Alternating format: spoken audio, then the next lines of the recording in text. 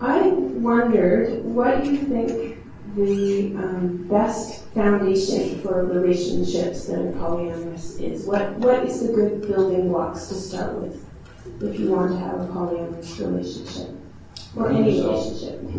A lot of people do come to me in the community because I've been poly for a while, and we always hear the triple mantra of communicate, communicate, communicate, right? Because communication is really important. But usually what I tell people is that I agree that there are 3 rules to poly, but I believe they are communication, integrity, and respect. And the reason why I use those 3, and I say, not one of those is any more important than the other, is because I say, for example, say I'm with my wife and I find some new young hot thing named Tina, and I tell my wife, hey, I'm going to go over here and I'm going to have a date with Tina, and I'm going to go ahead and, have sex with her or whatever because I'm poly, and that's who I am, and you need to accept that. If you're hurt over that, that's your problem, right? Because this is who I am. So I use that example to show people because I say, was there communication there? Absolutely. Was there integrity? Well, I was honest. But was there much respect? Right? So I say that all 3 of those, if you keep all 3 of those basic building blocks in mind whenever you're communicating with anybody, you're probably on the right track. The foundation to healthy polyamory, it is definitely those 3. And I would say empathy, I would add empathy to that. And self-awareness. We need integrity with self first before we can have integrity with others. And many people are running around just wanting to do what they want to do, and they're not really looking at why they're doing it. And I think that if we put more thought into our choices in life, we would make less disasters in our wake. And that's true of any lifestyle. So I think that self-awareness, it actually does come first. You really need to know why you're doing this, who you are, what your limits are, what you're capable of in relationship. And I often find that with a lot of people, polyamory is an awesome ideal, but living it out is difficult. Don't just keep your stuff to yourself. Talk to other people about it. Learn from other people. Grow. Allow good criticism, right? Constructive criticism. Let people tell you where they see your weaknesses so that you can use them and grow. I really don't think that you can do successful poly, or any successful relationship for that matter, without that integrity with yourself. When you have that, you're going to have all of these other things, because there's going to be nothing to cover up. There's going to be no need to keep secrets. There's going to be no need to manipulate other people. You can be open and honest and unafraid. And, it's a courageous thing to operate in a polyamorous lifestyle. It is not for the weak-willed or the self-centered. It's for those who want to love more. And these skills aren't just applicable to poly relationships either. These relationship building skills are awesome no matter what kind of relationship you have, even if you are monogamous. Mm-hmm. They're also vitally important for any healthy relationship at all. Mm-hmm. I would add, don't be thinking you're going to get away with having to do a lot of hard work. Yep. You have to deal with your own crap, and you have to not be afraid to do it. And you have to do it. We have to communicate each other like monogamous people ought to. Yeah. Is polyamory for everyone? What should someone who wants to explore a poly relationship keep in mind about some of the social constructions surrounding love and relationships? And I think maybe we could pay a special focus to maybe a gender division of what it really means to have multiple partners. Because I think a lot of statements surrounding polyamory comes from social constructions around love and relationships. So I wanted to know what you would say about that. I don't want to do sort of a versus thing here, but I'm interested in speaking a bit from the experience of queer poly, which, and take me to task anybody, but it seems to me that from what I've studied of the movement and having been part of the movement and read some of the first books when they came out, that a lot of poly stuff bubbled up from queer culture. And which is an exciting place for things to have come from, because I think that when you come from horrible stuff like your relationships not being respected, your relationships being illegal, people hating what you do, hating your desire, you get to, as Audre Lorde would say, you get to look at the master's house and from the outside and say, hey, I want to build something different than that with my own tools. So I think that queer poly is kind of a different thing, and we get to it hasn't really come up as much through monogamy. So I think that queer folks have a lot to say, and I won't say too much more about queer poly, other than I'll check my notes one more time. And the queer folks have, like, up until recently, those who wanted to or chose to can now get married in Canada. There's a lot of folks who aren't interested in investing in that particular institution. We had to make families from who was around. AIDS happened. We took care of each other. Lesbians and gay men, gathered our children together into houses and took care of each other and watched each other die and then took care of each other's children. So there were all these configurations of relationships already happening.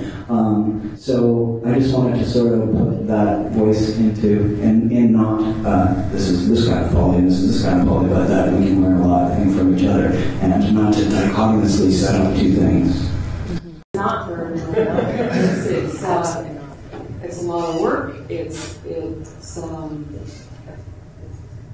not for, as you said, not for the weak-willed. You have to be someone who's okay with being on the fringe, where most of us are anyway, I think. We're in the fringe of something, if you're anyways, but you have to be willing to walk to your own room and decide what's good for you. You have to be willing to communicate on a level of honesty that's kind of scary sometimes. I forget, I deal a lot in the poly community, and most of my friends are poly, and when I go to work or talk to somebody else, I forget. You don't have to be that honest with people.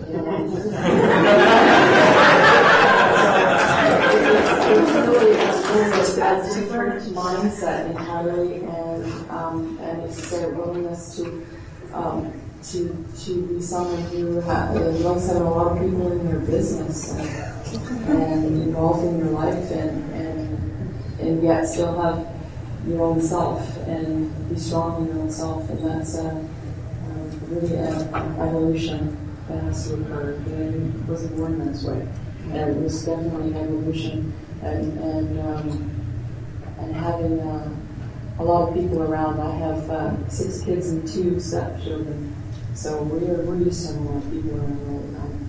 But I didn't start that way, and people will say to me, "How do you do this?" And you don't start with 6. I started with 2. And it's a growing thing. So you have to be a person that's willing to be on the growing edge all the time learning, all the time changing, all the time looking for new ways to communicate and new relationship skills.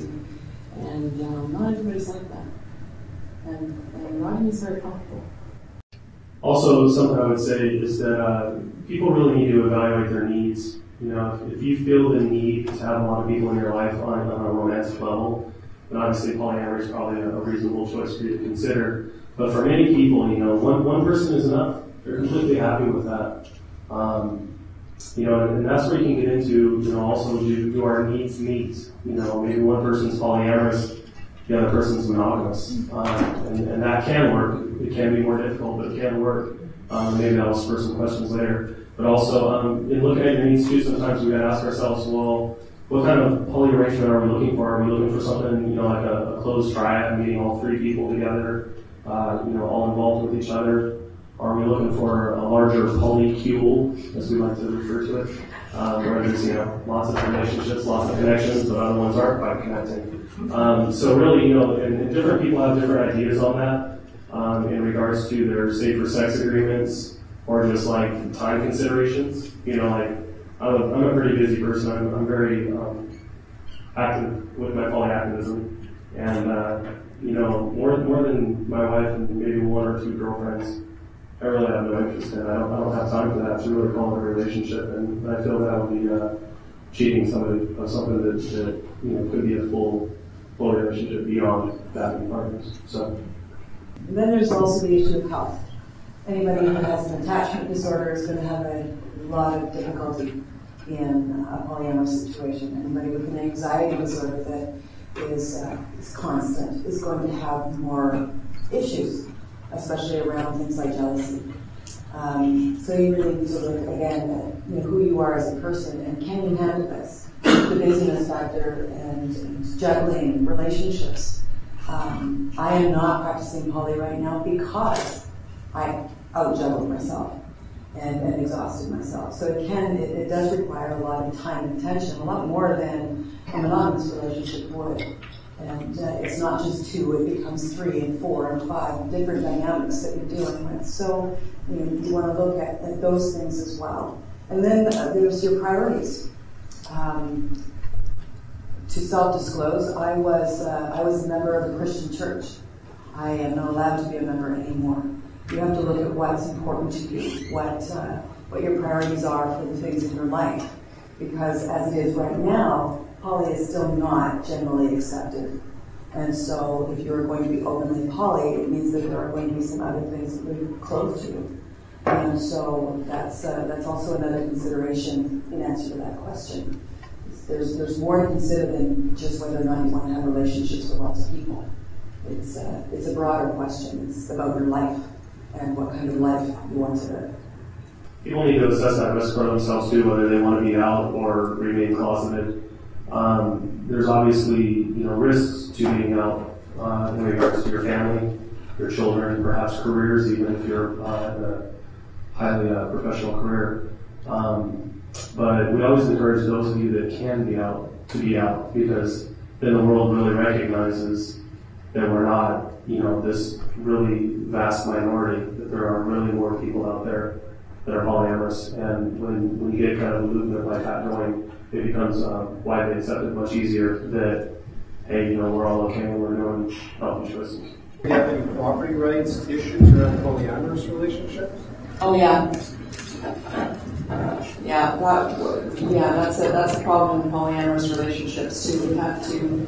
It's a whole new ballgame when it comes to any kind of spousal rights. In terms of insurance coverage or inheritance or anything, you have to have a will. And a lot of people are forming corporations to get around that. That is a problem that we'd like to see addressed as well. Yeah. So this last year, actually, at Polycamp, we did have a workshop on life and death in alternative communities, and it referred to living wills, power of attorney, hospital visitation rights, those kind of things that kind of concern us in polyamorous relationships or polygamy relationships or even same-sex unions. And so we had a lawyer there that was talking about a lot of these issues and about how to, get things spread out amongst your partners and make sure that they visit good hospital and stuff. So there are resources out there. I mean, I'm not going to talk about my own, but there are lawyers out there that are definitely willing to work with you on these type of issues. And yeah. Yeah, and you can get group mortgages too. There's all kinds of things that we're progressing towards. And I think one of the good things about this whole case is that we are coming right out of the closet and saying, hey, what about us? We have, wonderful families, and we want to protect our families and protect our spouses and so on. And it's the time to change the mood. So perhaps in the near future.